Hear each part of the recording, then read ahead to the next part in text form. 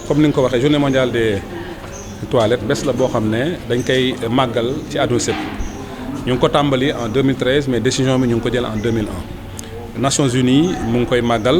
réew yëpp ñu ngi koy màggal Sénégal itam di ko màggal ren nag dañu tànn dëkk bu ñuy wax Ndiaganiao pour def fa journée bi li ko waral mooy dañu bëgg accélérer le changement par l'exemple parce que xam nga coppite boo ko bëggee maanaam dafa am ñaari façon yi yoo xam ne mën nga ko ci jaar mën nga wane lu baaxul pour nit ñi moytu ko waaye wane lu baax pour nit ñi roy ko jàpp nañ ne loolu moom moo li gën moo tax ñu ne nañ ko def Ndiaganiao lu tax parce que gis nañ ne daal communauté bi engagé wu na par rapport à ces questions d'assainissement commune bi nga xam ne également moo fa ne gis nañ pastéefam ci liggéey bi waaye nag état bi à travers le ministère de l'eau am na liggéey boo xam ne ñu ngi ko fay def maanaam ay gaanuwaay yoo xam ne ñu ngi koy def pour jox ko ñi nga xam ne ñoom ñooy néew di doole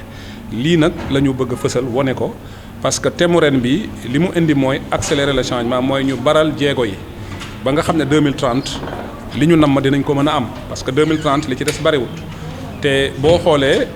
fi ñu toll am na écart bu xaw a am solo boo xam ne écart boobu faaw ñu réserver ko pour ñu mën a fexe ba ñëpp mën a am gaanuwaay fépp fu ñu mën a nekk moo tax ñu di jàpp ne li nga xam ne moom la ñu war a def mooy yokk maanaam financement yi te loolu dafa am solo ndax ab gaanuwaay pour nga mën ko am faaw nga am koom donc leneen li nga xam ne également moo ci ne te mu am solo muy wàllu innovation recherche parce que aussi fexe ba njëgu gaanuwaay yi gën a wàcc loolu innovation moo ko mën a jottali moo tax ci wàllu woo itam ñu ngi ciy liggéey bu baax a baax maintenant réewum Sénégal réew la boo xam ne am na jéego yu ñuy def ndax boo xoolee taux d'accès yi xawoon na néew ay jamono mais quand même góorgóorlu nañ ba fi mu toll nii bu fekkee amélioré bi ñu ngi ci 61,2%. Ensuite bu fekkee ne nag boole nañ ci les toilettes partagées ñu ngi ci 74%. te loolu ANSD moo ko génnee ci enquête bi nga xam ne daf ko def en 2022. donc Sénégal am nay jéego yooyu sax ñoo tax boo xoolee ci wàllu dëndu Afrique Sénégal royukaay la ci wàllu boobu. mais loolu warul tax ñu fàtte ni am na suñuy naataangoo yoo xam ne ba léegi toilette dafa xaw a jafe ci ñoom surtout dans le monde rural moo tax Sénégal dafa am ñaari doxalin yoo xam ne moom la ñuy def benn bi mooy ATPC assainissement total piloté par les communautés nga xam ne ay partenaires comme UNICEF ñoo ñu ci jàppale dañuy dem ci dëkk yi waxtaan ak ñoom sensibiliser leen ba ñoom ñu xamal seen bopp njëriñu douche maanaam di ko defaral seen i bopp. affaire yemuñu sax foofu dañu dem ba léegi sax boole nañ ci yeneen problématique yoo xam ne xëy na du assainissement rek mooy wàllu état civil hygiène menstruelle et cetera moo la tuddee ATPC élargi leneen li nga xam ne aussi dañ koy def mooy dem ci àll bi fekk nit ñi foofu dimbali leen pour ñu mën a am gaanuwaay loolu boo xoolee am na projet yu bëri yoo xam ne nguur gi mu ngi ko am ci région yëpp nag di dimbali nit ñi xool ñi nga xam ne dañ ko manqué ñu dimbali leen pour ñu mën ci jot. am nañ programme spécialement dédié aux écoles dans la mesure où projet bu ñu am rek. bu ñu tabax ay gaanuwaay pour kër yi dañ ciy boolewaale ay gaanuwaay pour l'école yi poste de santé yi wala marché yeeg yooyu waaye dafa am lu ñu remarqué aussi dañu demoon gis ne douche yi nga xam ne dañ koy def ci école dafa méngoo am na lu des loo xam ne war a méngoo ak besoin maanaam ndongo yi nga xam ne ñoom ñoo fay jàng surtout xale yu jigéen yi ba tax na depuis quelques années dañu def design bu bees boo xam ne ab douche la boo xam ne moom la ñu war a mën a def ci l'école yi douche boo xam ne koo xam ne booy laago nga di nga mën a maanaam jëfandikoo douche di nga ci mën a yegg ba jëfandikoo ki nga xam ne xale bu jigéen nga boo gisee mbaax am na cabine bu ñu defar ba nga xam ne di nga fa mën a dem maanaam defaru delluwaat ci classe yi yooyu c'est des innovations yoo xam ne ñoo ngi ci mais daal lenn aussi lu am solo la te bëgg naa ci lancer un appel mooy sunu mbokk jàngalekat yi ak ñi nga xam ne ñoo jiite l'école yi nañuy fexe ba gaanuwaay yi ñu entretien bi ak maintenance bi ñu mën ko saytu. parce que dafay am parfois partenaire wala état ñëw tabax gaanuwaay ci école yi boo toogee ab diir jaaraat fa da nga koy fekk melokaan woo xam ne yow mi ko joxe koom bi sax da ngay xaw a découragé moo tax côté boobu itam ñu ñaax suñuy mbokk jàngalekat yi nga xam ne ñoo nekk ci l'école yi ñu mën a saytu loolu ba ñu mën a def ba nga xam ne douche yi dina am na mu mën a mel melokaan wu jag. waaw li nga wax ci koom lu am la parce que boo xoolee jamono yu weesu assainissement dañ doon wax ne mooy parent pauvre du secteur de l'eau yàlla dogal na Sénégal génn nañ ci loolu boo xoolee koom gi ñu def ci wàllu woowu daanaka en tout cas bu ñu comparé ak li ñuy def léegi ci yenn secteurs yi macha allah am nañ daal gëdd boo xam ne jox nañ ko sunu secteur boobu te loolu wax tax na boo xoolee au niveau de l'Afrique Sénégal bokk na ci rares pays ya nga xam ne engagement de Ngor numéro 3 bi nga xam ne moo wax ne réew mu ne fexeel ba 0,5% sa PIB nga jagle ko ci wàllu assainissement loolu Sénégal romb na ko depuis 2018. bokk moomeel yi voilà bokk moomeel yi li nga wax loolu lu am la parce que ku am peut-être gis-gis gu gàtt da ngay jàpp ne compétence transférée yi nga xam ne moom la jox bopp moomeel yi assainissement bokku ci mais boo xoolee réalité terrain problème mu assainissement fu mu am population yi ci kan la ñuy dem ci maire bi la ñuy dem donc am na communes yoo xam ne fi mu toll nii ñu ngi jël koom di ko def ci assainissement dolli ci nag wax dëgg yàlla yaa xayti assainissement santé la assainissement environnement la te santé ak environnement bu ma juumul bokk na ci compétence yi nga xam ne moom lañ transféré. tey assainissement ji li ci ëpp solo mooy acteurs ñi nga xamante ne ñoo ciy yëngu dañoo ànd nekk benn te loolu liggéeyu direction de l'assainissement la boo xamante ni lu tubaab bi doon inclusivité ci assainissement dafa am que ce soit ñi nga xamante ne ñooy décider que ce soit secteur privé bi nga xamante ne moo yor ci wàllu assainissement autonome bii ñuy wax camion yi nga xam ne ñooy jëli lu may tuddati foos yi di ko yóbbu ci station yi dañu am solo mais tey dem nañ ba tey sax état bi jël na station yooyu ñuy wax jox ko le secteur privé mu koy gérer donc tey li nga xamante ni moom lañ ci mën a wax lu am solo mooy que il faut que tey ñu li nga xamante ni ñoom dañoo dem ba xalaat ni il faut que assainissement bi ñu jël ko globalement maanaam toilette yi transport bi ak traitement bi valorisation ci loolu il faut que tey privé bi nga xamante ni moom moo ci nekk da nga xamante ni état bi impliqué na ko ci totalement ñu mën ko may mu dem ba nga xamante dina mën a investir accompagner état bi nekk bras armé pour que ñu dem ba nga xamante ni filière boue de vidange boobu doon lu ñuy wax une filière marchande parce que li nga xamante ni moo ci am solo mooy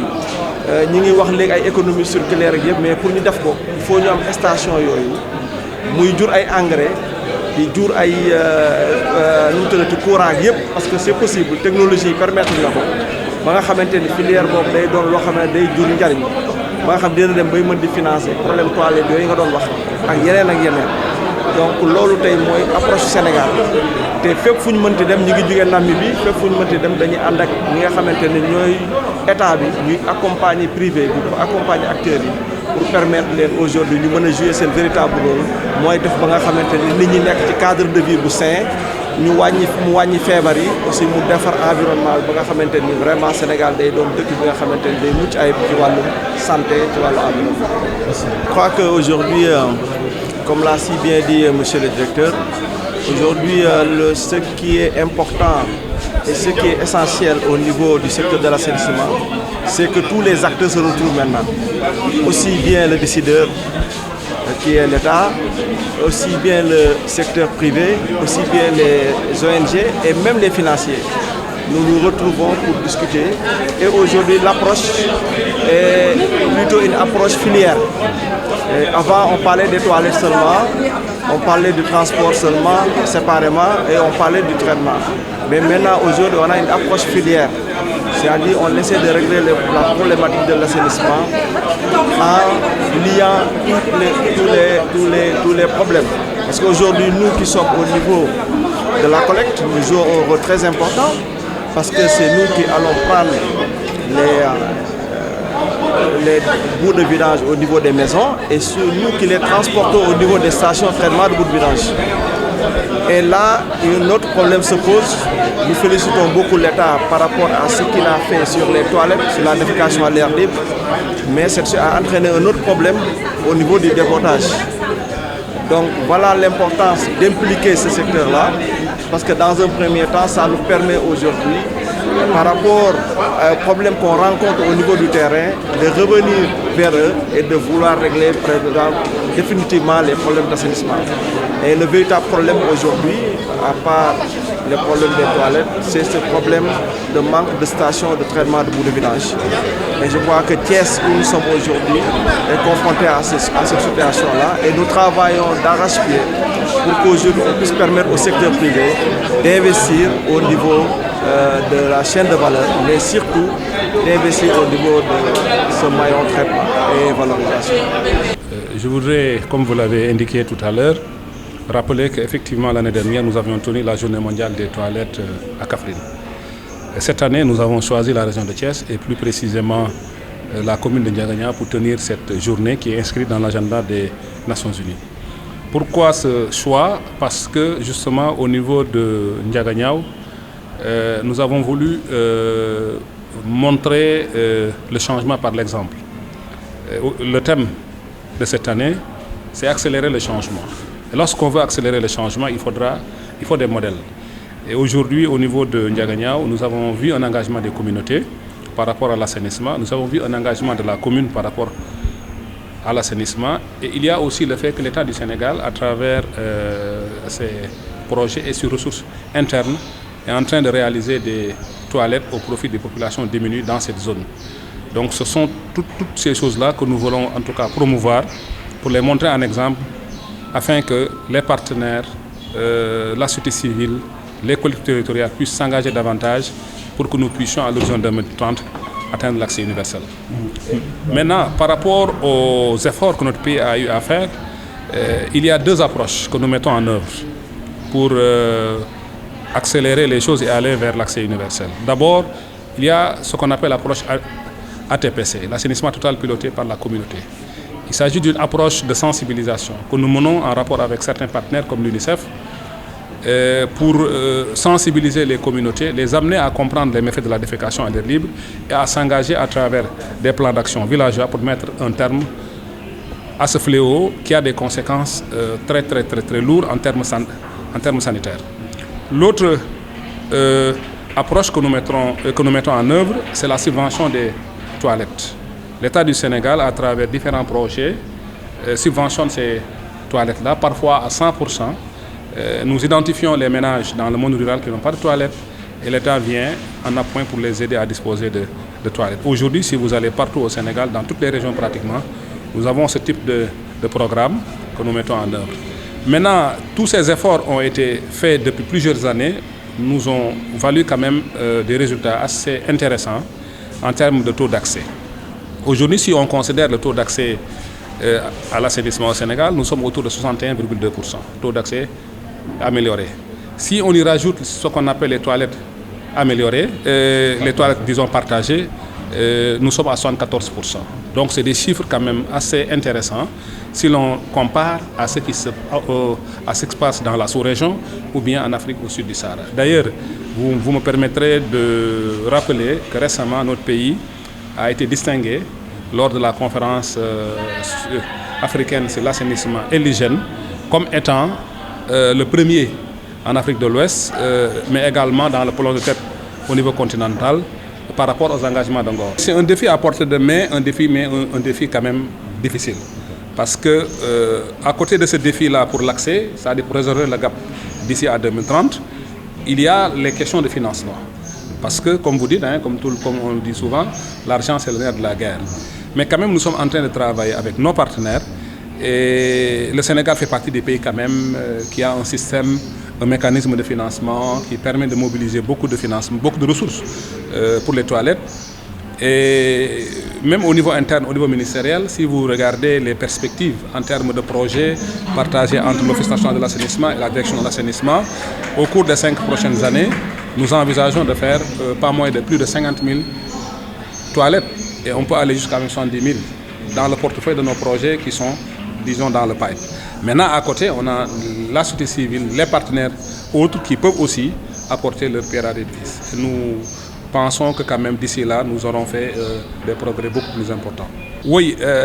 c'est vrai que j'ai oublié de le signaler tout à l'heure. Dans tous les projets du ministère, il y a un aspect construction d'édifices publics. Ce qu'on entend par édifices publics, c'est les toilettes que nous faisons dans les écoles, c'est les toilettes que nous faisons dans les lieux communautaires comme les marchés, etc., ou bien les structures de santé. Et nous sommes allés jusqu'à mettre en place une innovation, c'est que c'est des toilettes aujourd'hui qui sont sensibles au genre et à l'hygiène menstruelle. Autrement dit, lorsqu'une fille est à l'école et qu'elle est confrontée à des problèmes de menstrues, les blocs de toilettes que nous mettons en place lui offrent l'opportunité d'aller dans ces toilettes-là et de se changer et de retourner en classe au lieu d'aller jusqu'à la maison et perdre beaucoup de temps.